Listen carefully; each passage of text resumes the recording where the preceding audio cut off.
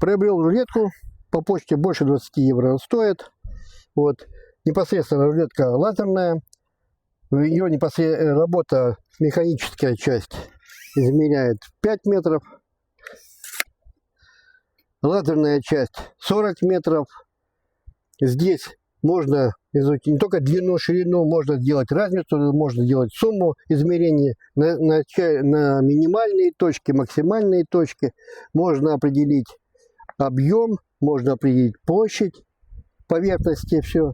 Вот. Кроме этого, можно с помощью теоремы Пифагора выяснить, это, как говорится, длину катетов, вот, и непосредственно найти, это уже сама автоматически делает по форме Пифагора длину гипотенузы.